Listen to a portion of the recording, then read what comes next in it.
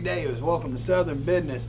Today I want to talk about something. Now, you can't tell my mama this, but I used to run around in Chapel Hill when I was at UNC at a bar called Trolls Bar. And Trolls Bar is no longer there. I don't know what they call it now. It's down in the basement. And there was an individual in Trolls Bar that we called him Lobo. I don't know what his real name was. And Lobo pretty much was there when it opened. He's pretty much there when it closed and all points in between. And Lobo was particularly known for an expression that he would exclaim at the top of his lungs after having a few PBRs, that's blue ribbon. He would lean back and say, "Who are you? Who are you? Who are you?" And I sat down one day and I said, "Lobo," I said, "why are you always hollering, 'Who are you?'" And he looked over at me and said, "Boy, who you are ain't who you think you are.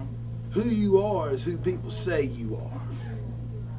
And I tell you, a young man in college to learn a lesson like that from a drunk was a kind of interesting day. And the fact of the matter is that we are not who we say we are. We are who other people say we are. You know, you meet somebody and you make an impression on them and they have a certain impression of who you are.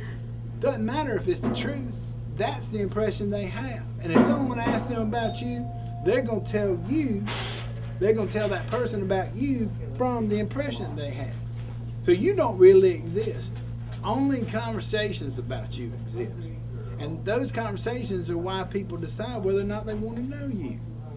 So my question about who are you isn't who are you, but who do people say you are? Hey, you want to find out who people say you are?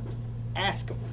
Down here, we'll do something like that. And if you ask somebody, "Hey, what do you think about me? What kind of guy am I? What am I good at?" You might get an answer.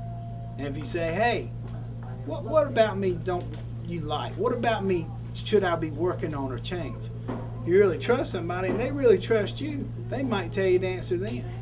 And then here's where you can get the gold. This is where you can really find something out. If you really trust somebody and you ask them what's something that you should change or what's something they don't like about you, they usually tell you something like, "You're too nice," or "You give too much," because they're not really willing to tell you. Follow up with this question. "Hey, Bo, what were you afraid to tell me?"